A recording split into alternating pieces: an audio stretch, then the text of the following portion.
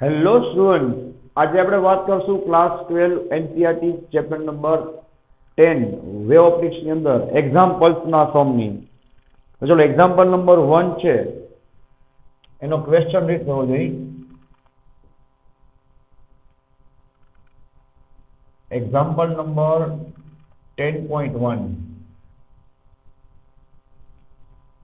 એની અંદર તમને ગેલેક્સીના રિલેટેડ વાત કરેલી છે, ધ્યાન આપો. બરાબર, કે એમાં જે ગેલેક્સી છે એમાં તમારે એની રેડિયલ સ્પીડ ફાઇન્ડ કરવાની છે.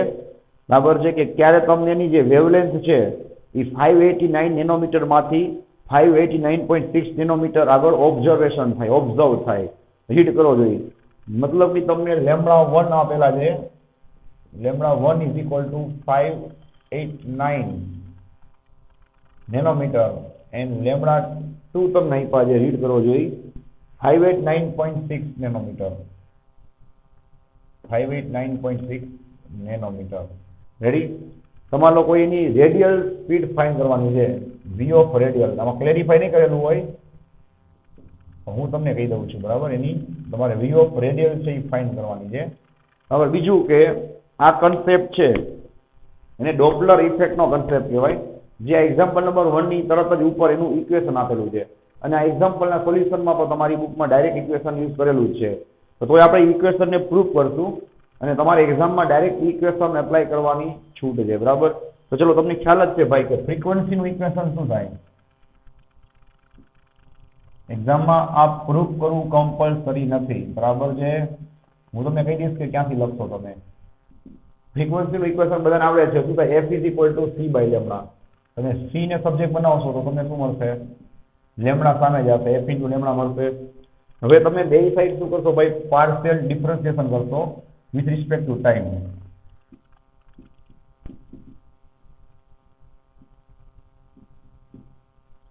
ટેકિંગ પાર્શિયલ ડિફરન્શિએશન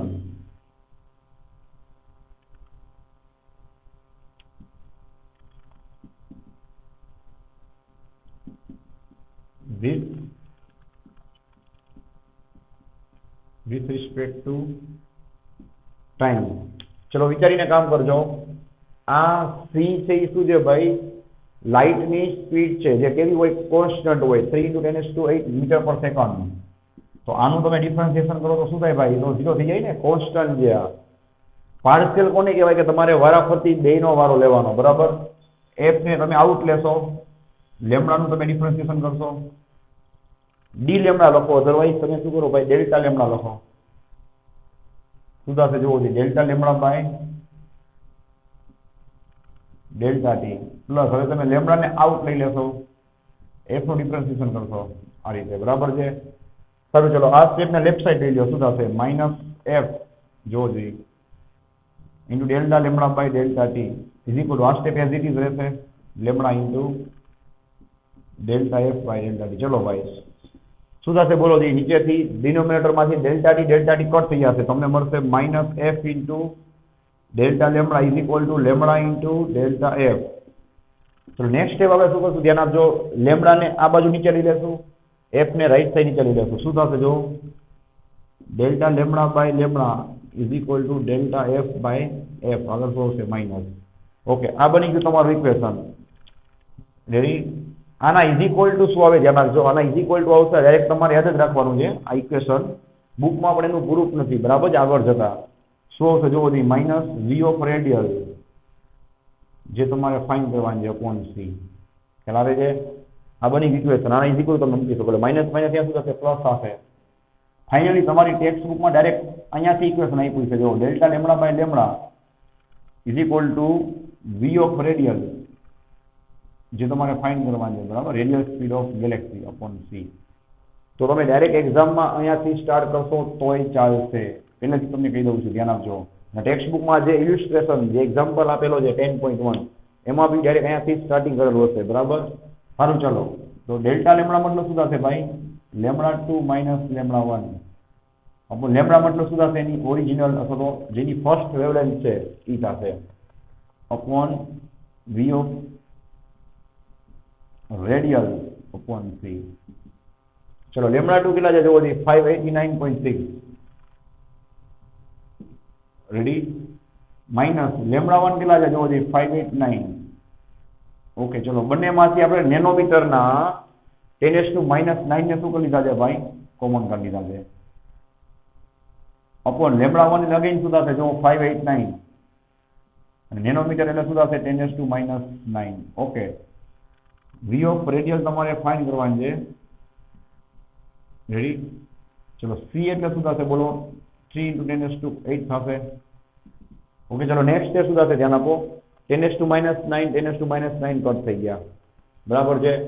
ચલો 589.6 માઈનસ કેટલા વધશે આવડો કરશો 0.6 વધશે મલ્ટીપ્લાય બાય 3 × 10⁸ સામે જશે 3 × 10⁸ ચેક કરી લ્યો अपॉन શું હશે ભાઈ 589 is equal two v of radial. Okay चलो v ऑफ रेडियन કેટલા આવશે બોલો જોઈ ચલો તમારા કેલ્ક્યુલેટરમાં ટ્રાય કરો જોઈ 0.6 into 3 divided by 589 ઓકે તમને મળશે 3.05 into 10 3.056 3.056 આ હું પાવરને કટ કરીને કહું છું ભાઈ તમારામાં 0.00 સમથિંગ આન્સર આવશે into 10⁻³ ધ્યાન આપજો તમારો આન્સર 0 point સમથિંગ આવશે એના મેં 3 પાવરને કટ કરીને પછી કીધા છે બરાબર છે ધ્યાન આપજો અને જ્યાં 10⁸ તો એઝ ઇટ ઇઝ જ છે ભાઈ ભૂલાય નહીં 10⁸ તો એઝ ઇટ ઇઝ છે ચલો આ બીજો આન્સર મીટર પર સેકન્ડમાં ઓકે નેક્સ્ટ સ્ટેપ શું થશે ભાઈ 10⁻³ આમાંથી માઇનસ કરશો એટલે કેટલા વધશે 3.056 into 10⁵ ધ્યાન આપજો મીટર પર સેકન્ડ। चलो आज बे डिजिट है हमारी 2 पॉइंट हूँ बाजू में आपी दઉં છું એટલે શું થશે 1 2 એટલે 305.6 અહીંયા કેટલા રહેશે ભાઈ 10⁻³ મીટર પર સેકન્ડ ઓકે તો આવું શું કામ કર્યું ભાઈ તો 10⁻³ એટલે શું થાય કિલોમીટર થાય કિલો 10⁻³ મીટર એટલે શું થાય કિલોમીટર થાય તો આવી ગયો તમારો ફાઇનલ આન્સર બુકમાં જોઈ લેજો 305.6 કિલોમીટર પર સેકન્ડ રેડી છે તમારી બુકમાં અરાઉન્ડ 306 લખ્યું છે તમે રાઉન્ડ અપ કરશો એટલે તમને પણ એપ્રોક્સિમેટલી 306 કિલોમીટર પર સેકન્ડ તમને એની રેડિયલ સ્પીડ મળી જશે બરાબર તો ચલો એનો આન્સર ચેક કરી લ્યો પછી આપણે આગળ વધી રેડી ચલો ભાઈ 10.2 છે થિયોરિટિકલ સમજે તમે એને હોમવર્કમાં એકવાર ટ્રાય કરજો ના ખ્યાલ આવે તો તમે મને પૂછી શકો છો બરાબર છે સારું ચલો 10.3 જોવો છે એકદમ ઇઝી સમજે 10.3 તમને આ બે સ્લિટ છે ભાઈ એની વચ્ચેનું ડિસ્ટન્સ આપ્યું છે યાદ કરો 2 સ્પ્લિટ્સ હોય એટલે કે બે સ્લિટ હોય તેમાં કઈ ફિનોમિના આવે ઇન્ટરફરન્સ આવે કે ડિફ્રેક્શન આવે બે સ્લિટ હોય એટલે શું આવે ઇન્ટરફરન્સ આવે એક સ્લિટ હોય તો ડિફ્રેક્શન આવે તો તમને શું પૂછ્યું ભાઈ ડિસ્ટન્સ બિટવીન 2 સ્લિટ્સ ડિસ્ટન્સ બિટવીન 2 સ્લિટ્સ એને આપણે શું કહીએ યાદ છે ને ભાઈ સ્મોલ ડી કહીએ છીએ કેટલું આપેલું છે રીડ કરો 1 mm એટલે કેટલા થશે ભાઈ 10⁻³ મીટર ઓકે તમને સ્ક્રીન ડિસ્ટન્સ આપ્યું છે સ્ક્રીન ડિસ્ટન્સને આપણે શું કહીએ યાદ કરો કેપિટલ ડી 1 મીટર આપ્યું છે ચલો એમાં જે વેવલેન્થ યુઝ થાય છે તમે વેવલેન્થ આપેલી છે લેમ્બડા ઇઝ ઇક્વલ ટુ જો 500 નેનોમીટર એટલે કેટલા થશે ભાઈ 500 into 10⁹ મીટર ઓકે તમારે શું ફાઇન્ડ કરવાનું છે ફ્રિન્જ સેપરેશન રીડ કરો ફ્રિન્જ સેપરેશન મતલબ કોઈ બી બે ફ્રિન્જ વચ્ચેનું ડિસ્ટન્સ ફાઇન્ડ કરવાનું છે એની આપણે સ્પેશિયલ એક થિયોરી સ્ટડી કરી ગયા છે you have to find out fringe separation યાદ આવે ભાઈ જેને આપણે સિમ્બોલ આપતા હતા બીટા તો એકદમ ઇઝી ઇક્વેશન છે ફ્રિન્જ સેપરેશન નું ઇક્વેશન શું થાય બોલો જોઈએ beta is equal to lambda capital D by small d बराबर ने lambda capital D by small d चलो लेमड़ा कितना थाशे 500 into 10⁻⁹ ओके कैपिटल डी कितना थाशे भाई ओनली 1 સ્મોલ ડી કેટલા થશે 10⁻³ આવી ગયો આન્સર 500 ઇન્ટુ ચલો -3 ઉપર જશે પ્લસ થઈ જશે -9 પ્લસ 3 કેટલા આવશે 10⁻6 ઓકે તો બીટા ઇઝ ઇક્વલ ચલો બે ઝીરોમાંથી કટ કરી નાખશો એટલે કેટલા વધશે 10⁻4 5 ઇન્ટુ 10⁻4 સેપરેશન જે ડિસ્ટન્સ છે એટલે તેમાં આવશે ભાઈ મીટરમાં ઇઝ ઇક્વલ ટુ એક પોઈન્ટ હજી હું કટ કરી નાખું એટલે 0.5 ઇન્ટુ 10⁻³ મીટર થાય જોવો જોઈએ સો ચલો 10⁻³ એટલે શું થાય મિલીમીટર થાય ફાઇનલી તમને મળશે 0.5 mm બરાબર ચલો આન્સર ચેક કર્યો જઈ 0.5 mm આવી જશે બરાબર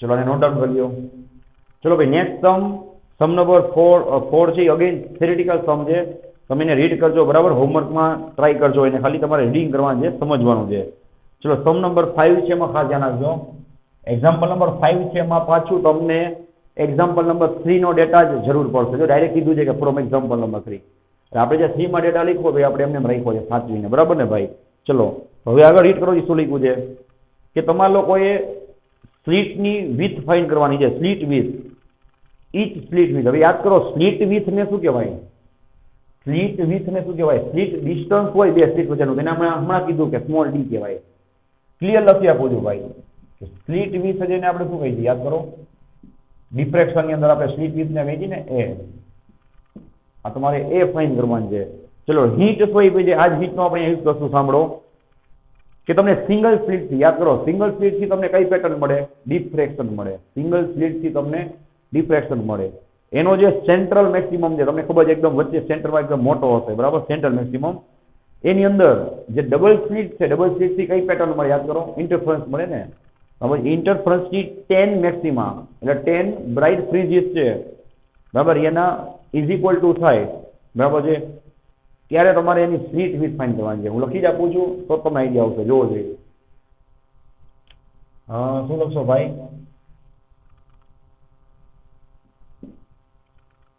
વિથ ઓફ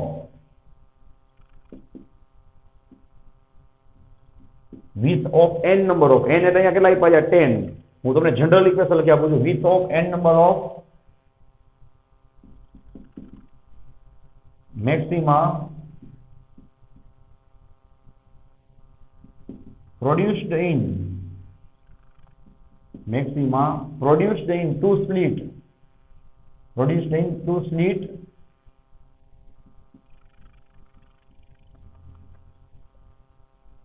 interference pattern વિચાર લો ચોખ્ખું લખ્યું છે 10 નંબર ઓફ મેક્સિમા મેં તમને શું લખ્યું છે n નંબર ઓફ મેક્સિમા જે ટુ સ્લીટ આવે મારો ભાઈ એટલે ઓબ્વિયસલી શું એમાં ઇન્ટરફરન્સ ની વાત હોય બરાબર છે is equal two any total with કેટલી થાય બોલો હજી હમણાં મેં તમને ઇક્વેશન કરાવ્યું ને ઇન્ટરફરન્સમાં વિથ ડિસ્ટન્સ ની વિથ નું ડિસ્ટન્સ અથવા વિથ એની ઇક્વેશન કેટલું થાય lambda capital D by small d એક મેક્સિમાની વિથ હોય આવી તમારી પાસે n મેક્સિમા હોય તો કેટલી થાય n lambda capital D by small d plus lambda capital D by small d plus lambda capital D by small d n times તો કેટલું આવશે n lambda capital D by small d આ કોના is equal two થવું જોઈએ ભાઈ તો જે સિંગલ સ્લિટમાં તમને પેટર્ન મળે કઈ હોય ડિફ્રેક્શન હોય એના સેન્ટ્રલ મેક્સિમાની જે વિથ હોય એના ઇઝ ઇક્વલ ટુ થવું જોઈએ એવી તમારે સ્લિટની વિથ ફાઇન્ડ કરવાની છે મેં શું લખશું is equal two with of is equal two with of central maximum or you can say central maxima produced in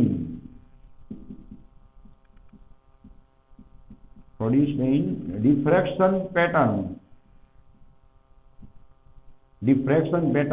of single slit તમારી બુકમાં લખ્યું છે ને મેં વર્ડ ટુ વર્ડ તમને આખું મોડિફાઈ કરી અને મસ્ત રીતે લખી આપ્યું છે કે આ લોકોએ શું કીધું છે ભાઈ ડિફ્રેક્શનમાં શું મળે તમને સેન્ટ્રલ મેક્સિમમ મળે સેન્ટ્રલ મેક્સિમમ કોઈ દી ઇન્ટરફરન્સમાં ના મળે આપણે બધું ડ્રો કરીને કરાવેલું છે બરાબર ડિફ્રેક્શન પેટર્નમાં જે સેન્ટ્રલ મેક્સિમમ મળે વચ્ચે એની જે વિથ હોય બરાબર એ શેનાથી પ્રોડ્યુસ થાય સિંગલ સ્લિટથી એની વિથ બરાબર તમારે 10 નંબર ઓફ મેક્સિમા છે એ તમને ઇન્ટરફરન્સ પેટર્ન આપ્યા છે ઇન્ટરફરન્સ પેટર્ન શેમાં હોય ટુ સ્લિટમાં તો ચલો બેયના ખાલી ઇક્વેશન લગાડવાના છે જે આપણે એક્ઝેક્ટલી એક્ઝેક્ટલી લાસ્ટ વિડિયો લેક્ચરમાં મેં તમને પ્રૂફ કરાવ્યા હતા. ઇન્ટરફરન્સનું પ્રૂફ મેં તમને 2-3 લેક્ચર પહેલા કરાવ્યું હતું. શું થાય? યાદ કરો, ઇન વિથનું equation lambda capital divide small D.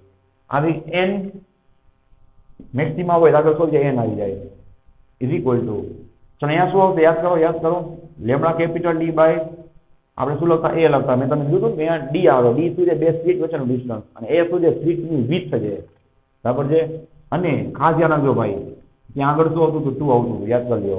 Central maxima નું મેં તમને પ્રૂફ કઈ રીતે કરાવ્યું હતું એક્ઝેક્ટલી લાસ્ટ લેક્ચરમાં. It is a distance between two minima. બે મિનિમા વચ્ચેનું ડિસ્ટન્સ ફાઇન્ડ કરો એટલે ઓટોમેટિક તમને શું મળી જાય? સેન્ટ્રલ મેક્સિમાની વિડ્થ મળી જાય. આનું પ્રૂફ પણ તમારી પાસે છે. જે પ્રૂફ બુકમાં નથી કરેલું અને એક્ઝામ્પલમાં પૂછેલું છે.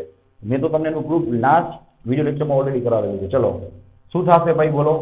લેમ્બડા કેપિટલ ડી કટ થઈ જશે. તમને મળશે n upon d is equal to 2 upon n. ધ્યાન આપજો ભાઈ.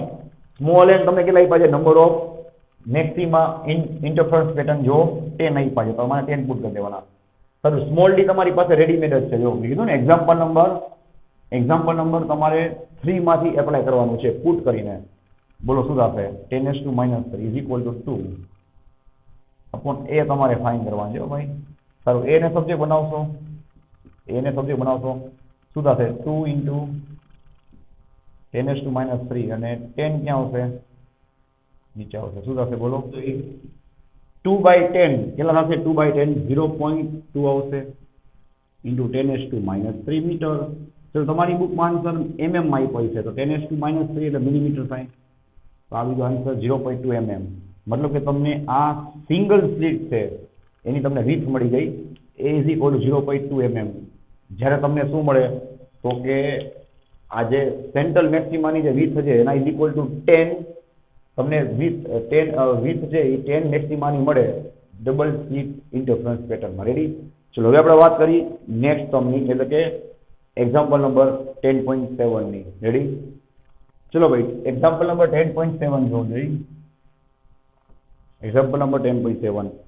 આમાં તમને સ્લિટની વિડ્થ આપી છે. સ્લિટ વિડ્થ આપે એટલે સમજી લેવાનું કે તમને શું આપેલું છે? Small a.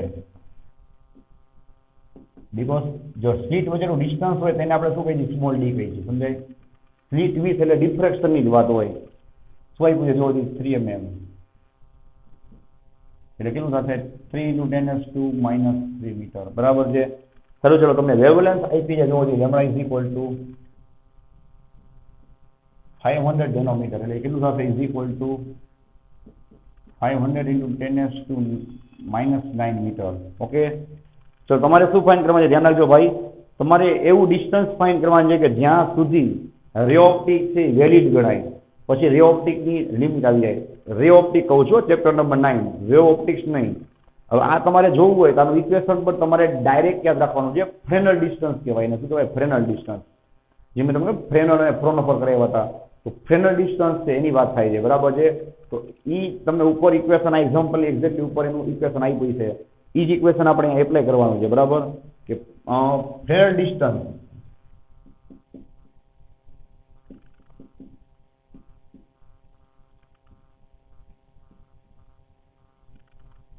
maximum Fresnel distance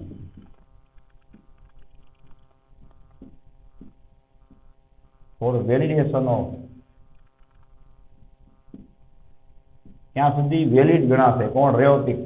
આ ડિસ્ટન્સ પછી રે ઓપ્ટિક છે એ એપ્લાય ન થઈ શકે. બરાબર, એની વાત છે ઓફ રે ઓપ્ટિક. આ ઇક્વેશન તમારે ડાયરેક્ટલી યાદ જ રાખવા દો ભાઈ. ઇઝ ઇક્વલ ટુ એને કહેવાય z of f. z of f મતલબ શું થશે? z of f मतलब Fresnel distance. रेडी? इक्वेशन था जो s²/λ. तो z of f is equal to s²/λ. a કેટલા છે? જો 3 × 10⁻³ 3 × 10⁻³ whole square. Ready? Upon lambda કેટલો છે? જો 500 × 10⁻⁹. So z of f is equal to 3⁻² શું થશે? 9 × 10⁻⁶. અહીંયા શું આવશે ભાઈ? 2 0 માંથી કટ કરશો એટલે શું મળશે તમને? 5 × 10⁻⁷. ઓકે છે? ચલો ભાઈ, 10⁻⁷ 7 ઉપર જશે એટલે પ્લસ ગયા 7 માઇનસ 6 કેટલા વધે 10 10 9 ના કેટલા થાય 90 ચલો ભાઈ 90 બાય 5 વર્ષ 18 5 જા 90 તમને મળશે 18 મીટર મતલબ કે જ્યારે આ સ્લિટ વિથ 3 mm ની હોય અને વેવલેન્થ તમે આટલી યુઝ કરતા હોય જેમાં રે ઓપ્ટિકનો કન્સેપ્ટ છે એની વેલિડેશન 18 મીટર સુધી થાય પછી નો થાય બરાબર છે તો ચલો ભાઈ નેક્સ્ટ વિડિયો લેક્ચરમાં આપણે લોકો એક્સરસાઇઝના સમ છે ને સ્ટાર્ટ કરશો આમાં કંઈ ડાઉટ હોય તો ખાસ ઇન્ફોર્મ કરજો જે સમ હોમવર્કમાં આપ્યા છે એને ખાસ રીડિંગ કરવાની એકવાર ટ્રાય કરજો સમજવાની ટ્રાય કરજો ના ખબર પડે તો મને કહેજો બરાબર So, thanks for watching this video. Take care of yourself and see you soon in the next lecture.